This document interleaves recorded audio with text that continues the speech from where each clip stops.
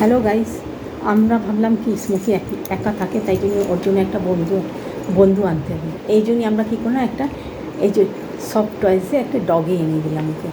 দেখলাম ও যদি ওর সাথে মানিয়ে চলে তো একটা ডগে অ্যাডপ্ট করবো আমরা। বাকি দেখলাম ওকে, দেখুন ওর সব কিছু ছিঁড়ে টিড়ে পেট ছিঁড়ে ওর সব কিছু বের করে দিল পেটের থেকে। তো এই যে দেখছেন না, পুরো ঘরময় পুরো মানে কারোকে আনা চলবে না, ও একাই রাজত্ব করবে, ও হয়ে গেছে রাজা। বুঝলেন? একে কেমনি করে ওকে পুরোকে পুরো কেটে উঠে আজকেই ডগিটা আনলাম আমরা। বললাম স্মোকি ওর সাথে মানিয়ে চলবে, ওর মন লেগে থাকবে। ওকে না, এবার বুঝে গেলাম ও একাই থাকবে, ও কারোকে সহ্য করতে পারবে না। এই যে দেখুন কেমনি করে পেটের থেকে দেখতে পাচ্ছেন কেমনি দুষ্টু ছেলে গেছে। যেমনি নার্সিং বার্থ হয়েছিল অমনি ডগিটারই বার্থ করলো। সব মুখটা দেখুন। কিরে গুন্ডা, এই মনে ওর পেটের দিয়ে মাংস কাটছে, হ্যাঁ কেমনি করে এখনই ওর পুরো পেটটাকে চিড়ে পুরো দেখুন কেমনি করে দিয়েছে।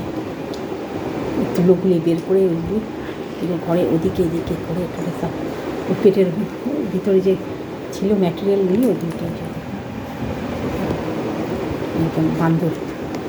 একে কি কমেন্ট বক্সে জানেন তো এই দুষ্টুমিটাকে কেমনি করে কম করা যায়। এই দেখুন বুঝলেন কত কষ্ট হচ্ছে, এত ভালো একটা খুঁজে টুজে ডগেই আনলাম, ওকে ও রাখলাম না। এক্ষেত্রে চেন আমরা অনেক বেশি লাগিয়ে রাখি, কেন কি এই পাশে যে দুটো টিয়া এদেরকে জ্বালা, এদের লেজগুলি টেনে টেনে পালিয়ে যায়। সুইটি, হ্যালো সুইটু, হ্যালো সুইটু, সুইটু স্মোকি দুষ্টুমি করছিল, এখন খাওয়াতে ব্যস্ত হচ্ছে সুইটি।